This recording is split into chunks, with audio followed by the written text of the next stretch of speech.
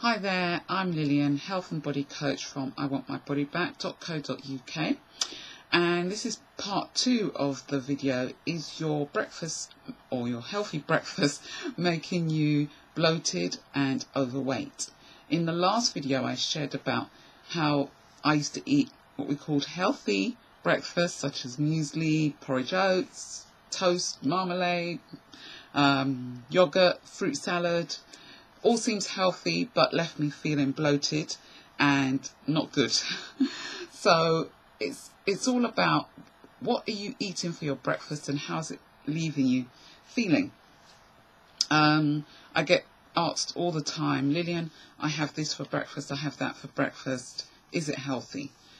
The main thing is to see what symptoms your body is portraying.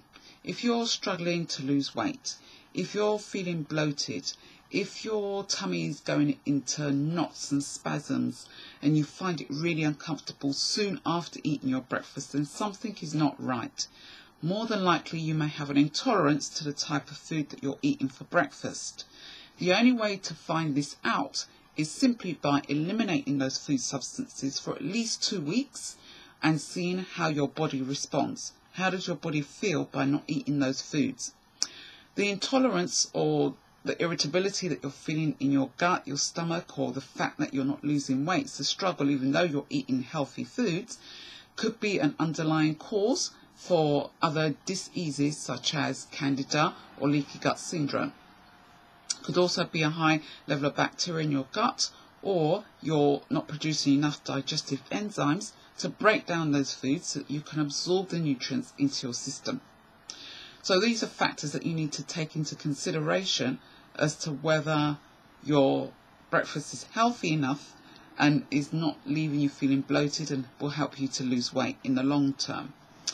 Now, if you do have an intolerance, then, like I said, you can easily eliminate those food substances that are causing the tolerance.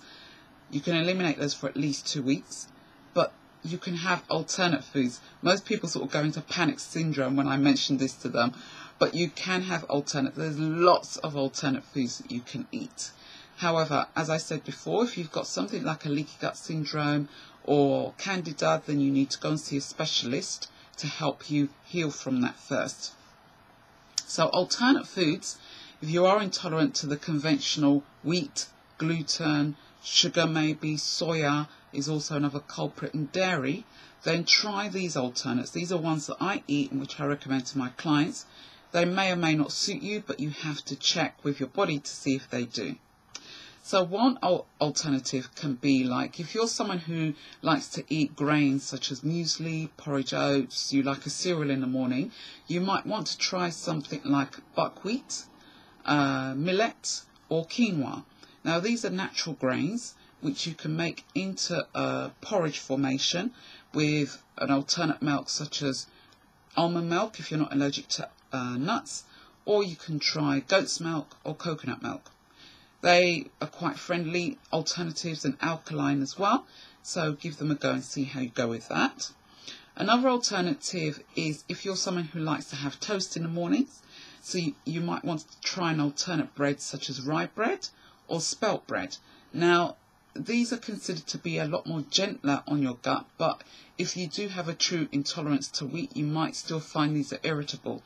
So you might want to go for something like a wheat or gluten-free bread in place of that. And you can have that with goat's butter as well.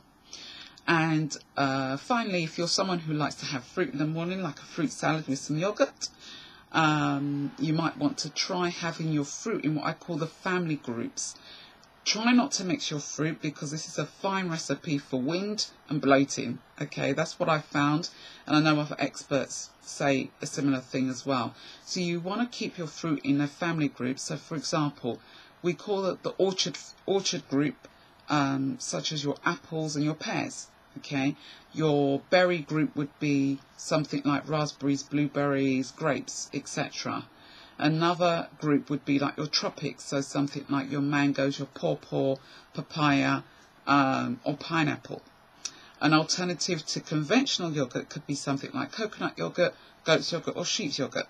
which again I found to be friendly on the gut. My clients have also found to be a lot more friendlier for them as well.